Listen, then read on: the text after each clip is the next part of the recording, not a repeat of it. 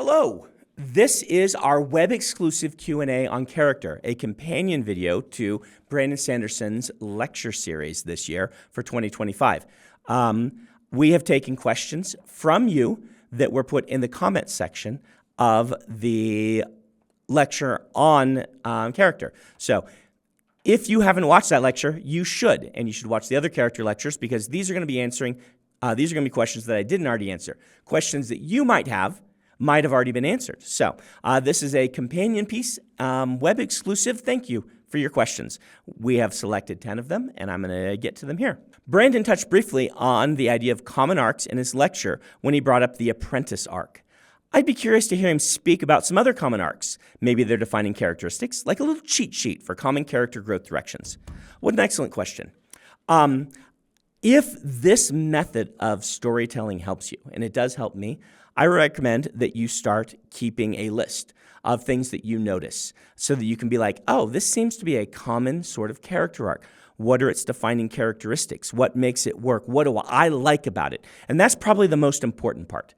Which sort of character arcs do you most like? And the apprentice arc is one of them. The apprentice arc is obviously apprentice and master, kind of apprentice follows in the master's footsteps. And the fun interplay in the apprentice arc is where does the apprentice decide to deviate from the master? And where do they decide to follow the master? What can they accomplish that the master can't? What could the master accomplish that they can't? And how do they have to approach it in different ways? This is really great for kind of separating two characters apart that might have the same skill set as you see one learn from the other and make it their own. And that's why I love the apprentice arc, because it really can highlight a character and show how they have to approach the world differently from how a mentor might have approached the world. But there are lots of different sorts of character arcs that you can do. One of the kind of primary ones is the idea of you upfront show a character being bad at something, and then they need to learn to fix it, right? This is kind of your classic character arc. A character is shown to be prideful, and how do they get over their pride? You're just very classic. Usually with these arcs, what you really want to do is you want to show up front how this impacts their lives. Most things that can be a flaw in a character can be both an advantage and a disadvantage. Hubris can also just be self-confidence. So you want to establish early on, look, this is how the way the person acts is causing them to miss opportunities, causing them to miss growth, causing them to their relationships to fall apart or something like this. And through the course of the story, then if it's an downward arc, you show them learning this lesson, but then still refusing at the most important moment to put it into actualization. It's not just about someone is constantly arrogant and then that causes them to fail. At the end, it is they know by this point that this is their tragic flaw and they will not let go of it at that important moment. Or you go the reverse. You show them learning the lesson, and then you have that decision point, and you show why they would make the different choice. And that's the important thing. Where this gets paint by numbers, you're just like, oh, I have to have them, fail to this thing 3 times and then succeed. That's not interesting. What's interesting is the why. Who have they become? Why? How have they changed? Why is this? Why do we now believe that this is the person that they have become? Why would they make this decision? And that arc can be really, really satisfying for a character. But there's so many different things. I really like the move from ignorance to knowledge. This is your classic sort of mystery arc done as a character where they learn about themselves while they're learning about a mystery in the world. There's information they need to have. They need to learn to be a better or different person in order to actually put that information into place. Spoiling an Agatha Christie novel, Hercule Poirot's final story is about him learning that there are villains out there that are smart enough he cannot prove that they have committed the crime. He can know because he's smart enough to do that, but he cannot find the proof.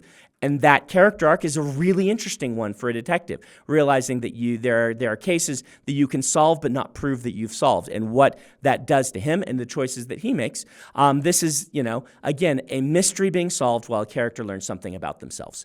So there's just a few of them for you, but be watching for these. Have your book. I always joke that authors have a little black book, but it's not a name of people that they have dated. It is interesting character flaws in the people that they've met that they don't tell them about, but that they watch for and watch how people overcome them so that they can make use of those in stories. How do you make a character's arc in the first book of a series feel complete and satisfying when a character has a lot to work on other parts of themselves, which they'll do in potential sequels? This is a good question. And for this, you'll need to, number one, define if you are writing an iconic character or not, or a character that becomes iconic. An iconic character is one that you have decided has primarily external arcs, or they have small internal arcs that do not necessarily make big changes to who they are book to book. A lot of your iconic heroes are people that large series have been written about that you can read out of order. If you're not writing that, and those are perfectly valid sorts of stories to write. There's some very excellent stories written about iconic heroes.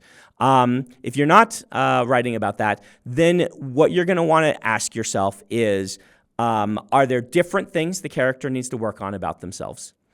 And are there ramifications from the first book that cause further complications? The thing that I don't like, and I find that readers don't like, is when you have a character backslide too much. You can maybe get away with this once, where a character's made a decision, and in a future book, the scope of what that decision makes them live with is bigger than they thought. The classic example of this is Spider-Man 1 and 2 in the Sam Raimi trilogy. In Spider-Man 1, Spider-Man decides to be a hero. Spider-Man 2 has to live with being a hero, and that makes him question. Spider-Man 2 is the strongest of that trilogy, and that's in part because 1 is expected, and 2 is a really deep look at what it actually costs someone to have to do this, and it makes him question. You can't do that again. At least I feel like if you do that again, it becomes a problem. And indeed, most people who have a character backslide do not do it as well as Sam Raimi and his writers did with that trilogy. And so I recommend looking and saying, what's the next step? A good example, again, of this from film that is not a character arc but can help you understand is Star Wars, the first movie, introduces Darth Vader as a villain. But it doesn't really have Luke face him. The second film has Luke face Darth Vader and fail, and the third film has Luke face Darth Vader and his greater mentor together with an escalation and then succeed. This is, if you can look at a character arc in this way, what is the thing that you can get a small victory on in the first book? Luke defeats Darth Vader by outflying him and having better friends than him, basically. Luke defeats Darth Vader because Han shows up at the last moment. And Luke learns to use the Force. He has defeated Darth Vader and blown up the Death Star. But obviously, the bigger challenge is still there. And having a character have a victory, but also have this looming sort of, I know there's a lot that I still have to learn, that I have to deal with, and whatnot for a future book is relevant. And the longer you go in a series, the more you may want to be able to move external conflict to replacing that. A character arc does not have to be, completely internal. There can be lots of things involving the external arcs, and indeed, at the same time, you can also have characters, learn small things in the same way that an iconic character does. Go through experiences, become a different person. James Bond is a different person at the end of every book. It's just that you don't need to have all of that meaning to put context to everything. I really do like how the Daniel Craig movies did this. They have just enough continuity that earlier books are meaningful, but Bond doesn't have to go through an arc explicitly in each of them. He goes through one in a couple of them. So anyway, there's some talk about that. I'm glad you're asking this question. When you are working on sequels, this is one of the more important things to be considering. You want to avoid having the character learn the same thing every time, but also you want to avoid having the character always have to be going through some very difficult arc. You sometimes want them to do different things. So good question. How do you balance out a character taking risks with the readers just calling them idiots when something goes wrong? Excellent question, especially when the stakes can be very high. For some more context, I have a character who is very competent, but I want to have them take a risk and miscalculate how dangerous it is because they're trying to act quickly. Specifically, they're trying to save a kid and fail to protect themselves, which can have known catastrophic effects. The reader doesn't know the exact effect, but being first person, the character is realizing the disaster as they're failing. I think you're probably going to be okay with that one. I will just tell you. This is a good question. You do want to balance the character's incompetence and their likability in general at the beginning of a story. Having a character be incompetent in a few areas and competent in a few other areas, having them take risks and having those risks have consequences is good. I think you've already kind of got it here, right? A character has to act quickly. They cannot make their decision. And particularly if you foreshadowed, this is a character who's bad at making decisions quickly. They're really good at making decisions if they have the time, and maybe over the course of the story, they are learning how to how to not freeze up. Or maybe it's just a bad situation, and there's no character arc here. Sometimes you make the wrong call. A lot will depend on how other characters respond to this character. And initially having other characters be like, you screwed that up, I can't believe you screwed that up, but then having somebody kind of wise and more knowledgeable be like, this happens. We have to make judgment calls last minute. Sometimes they'll be wrong, but if we don't make a call, it's always wrong. So you did your best. And kind of having that or having the character come to that decision is one way. Again, control the reader's focus by what the story focuses upon. If you get bad feedback, or if you get feedback on this that is good feedback but says that people are really thinking this character is dumb, well, then either add some more foreshadowing that this could possibly be a problem. Again, hang a lantern on it, so to speak, so that the readers, when it fails, say, okay, I saw this coming, it was foreshadowed, let's see how the character handles it. That is a way to take off the edge on some of that, making sure the character is competent in other areas so that when they fail in an area like this, it doesn't hit quite so hard. Or hinging your whole story around this big failure and having the character earn back our trust through the course of it. These are all perfectly valid ways. This reads like one that's going to work to me.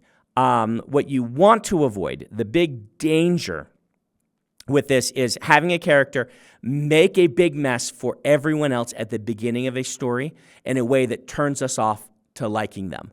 That's a danger. And you got to be careful about those things. It's reason why a lot of the things that characters flub at the beginnings of stories don't directly impact characters we love, and that the stakes aren't too high and the costs aren't too high.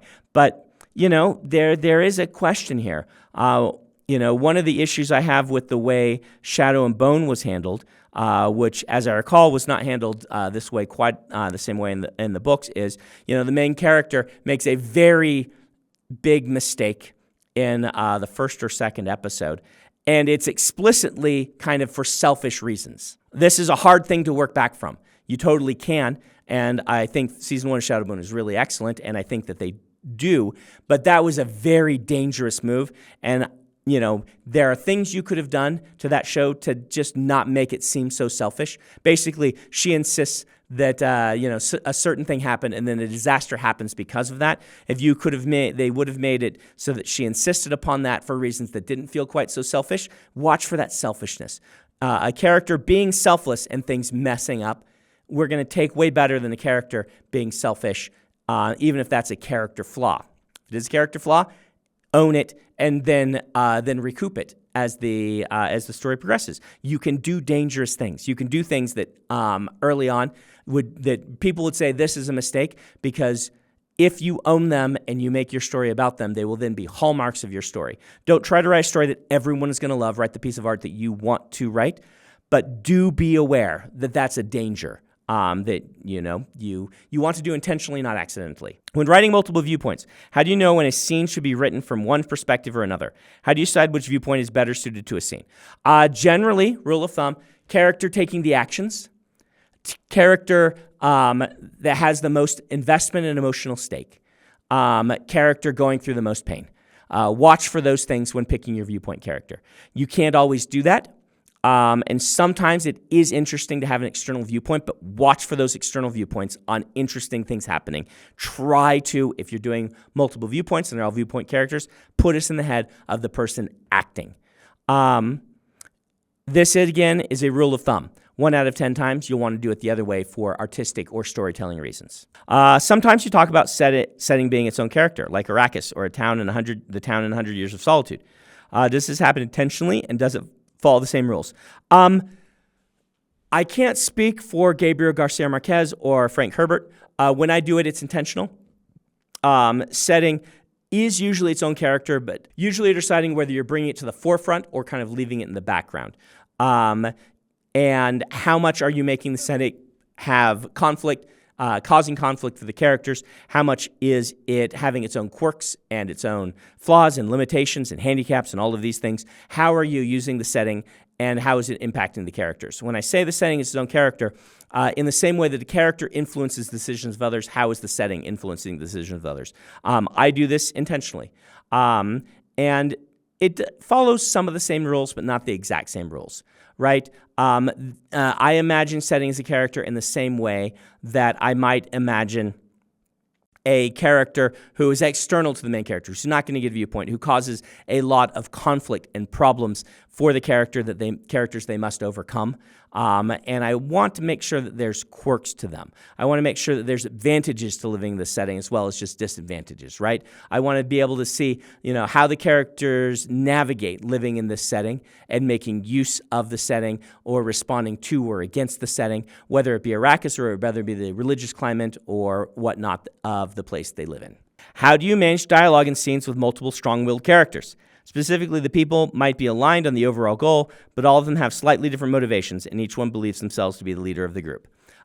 These are fun. What you're describing here is very fun. When you can make characters' motivations manifest through dialogue and the way that they speak with others and the friction points between how they want to accomplish what they want to accomplish, that is often where your characters become most clear and most manifest. And I recommend being something that you practice because generally dialogue is a better place to do this than narrative. You're going to do it in both. But dialogue tends to be a stronger show versus tell. And being able to write great dialogue scenes where people back and forth, how do you do it? How do you manage dialogue in scenes? Well, I tend to go into a scene with goals. I tend to go into a dialogue scene saying, here's what I want to accomplish. And now all writing is improv. All writing is discovery writing at some point. I go in with a bullet point. Dalinar is going to discuss with this monarch about joining his coalition. That's my bullet point. Here's what's going to happen. I'll have the bullet point saying he's going to get rejected. It's not going to go very well because this character's like this. And then I'll sit down and be like, all right, what makes this scene interesting and dynamic? What can I reveal about Dalinar? What can I reveal about the other character? Is there foreshadowing I want to accomplish in this? Are there side characters there that I can show glimpses of that can also, be entering the conversation? And what is their conversation showing about them and their motivations? And I bullet point a lot of this as I sit down to write the scene.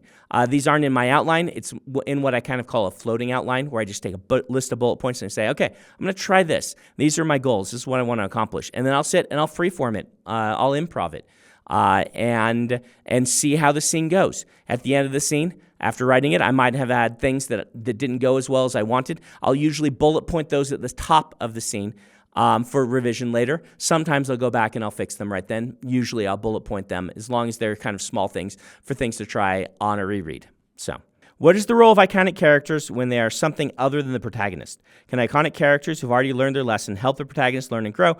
And how does that relationship work in fiction? Are there roles that iconic characters are very well suited for in a story? Wow, that's really cool. I'm glad you're thinking about that. The answer to all of that is, of course, yes. But let's dig into it a little bit. What is the role of iconic characters? We've already learned that when they're something other than the protagonist. Iconic characters do make excellent villains, right? You generally are not going to be showing viewpoints from your villain. Generally meaning like 60% of the time. 40% of the time you will be. But they won't necessarily have something to learn.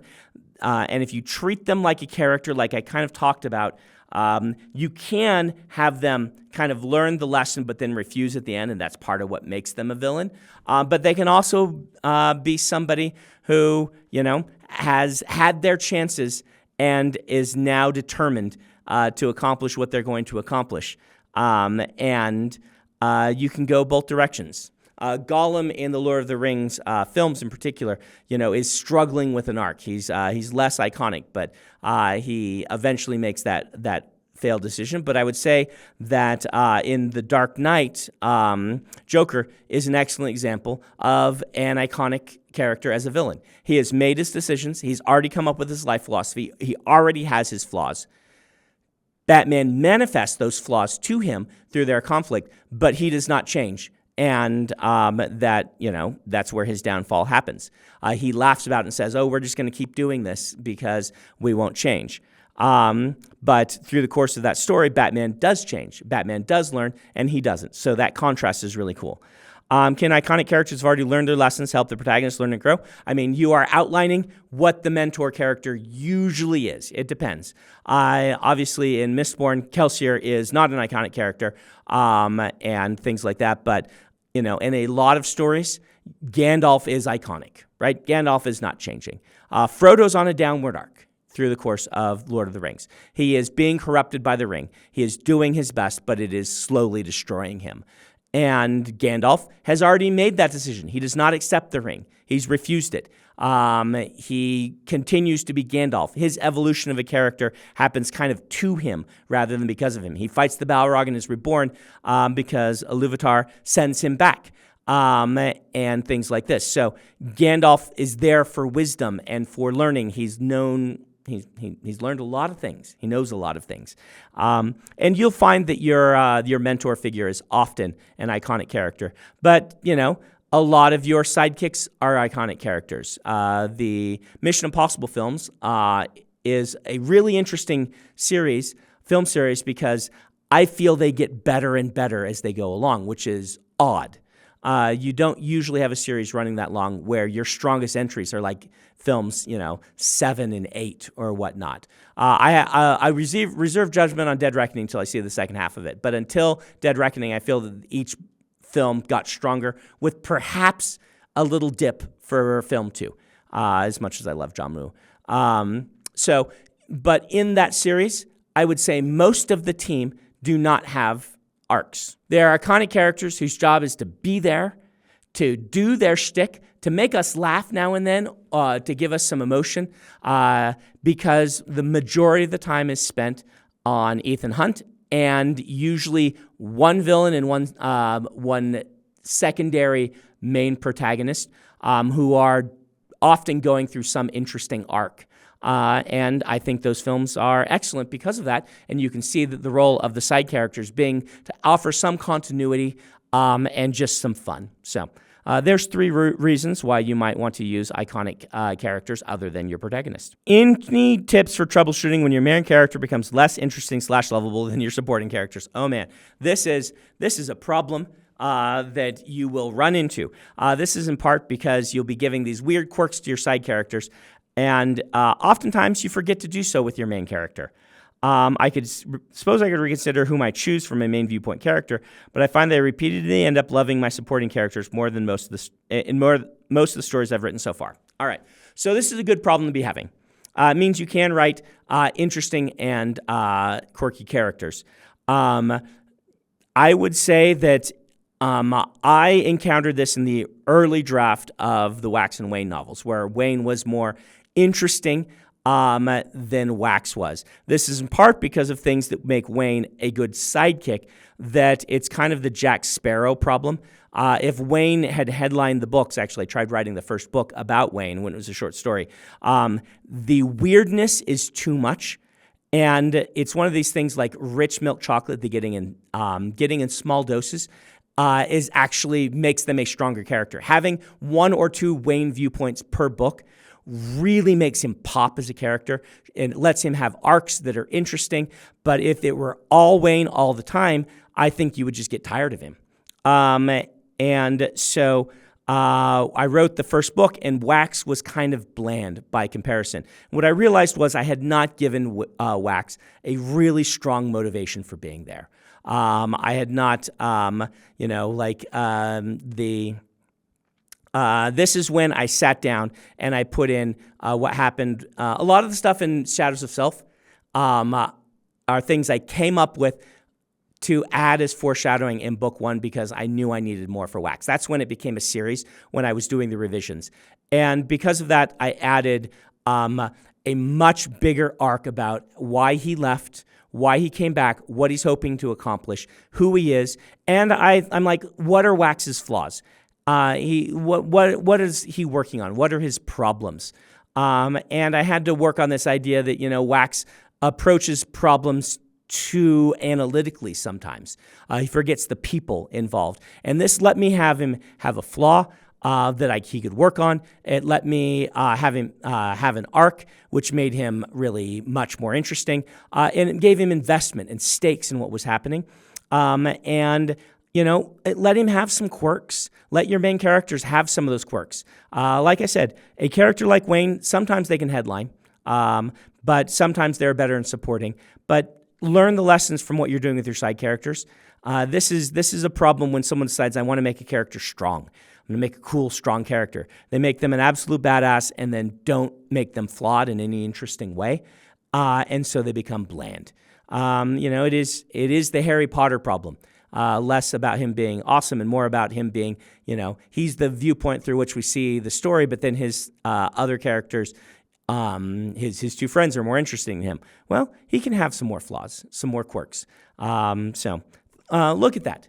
See what you're doing with those side characters that is working. How can you avoid repeating a character's name too often?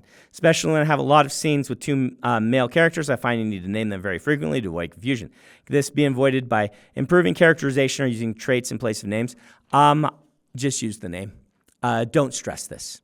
This name is largely invisible, except as a marker to the reader. Don't worry about it unless you're getting a lot of complaints.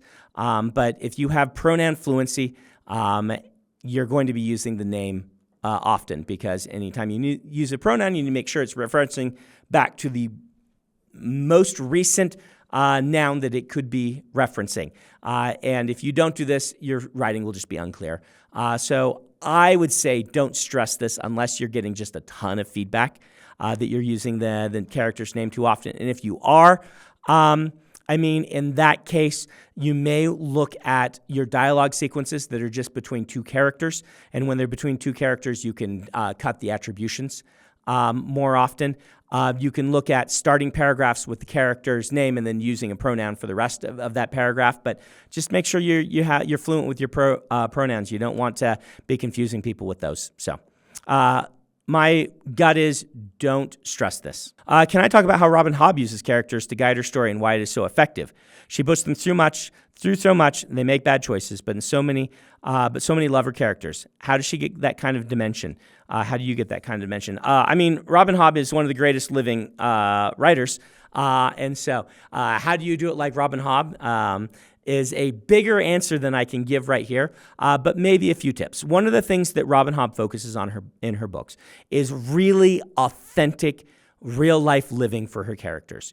She doesn't skip the parts that a lot of us skip when we're writing action stories. She goes into the daily life. And so you have signed up for that by reading one of her books. You have self-selected to be a crowd that is okay, that you're going to see daily life and the struggles of daily life. It's not boring because the character's having conflict and problems and things like this, but you're getting a lot more of that so that as the struggles happen, you've bonded to these characters because they are so real. And I think that authenticity and realism is the thing that makes her books shine.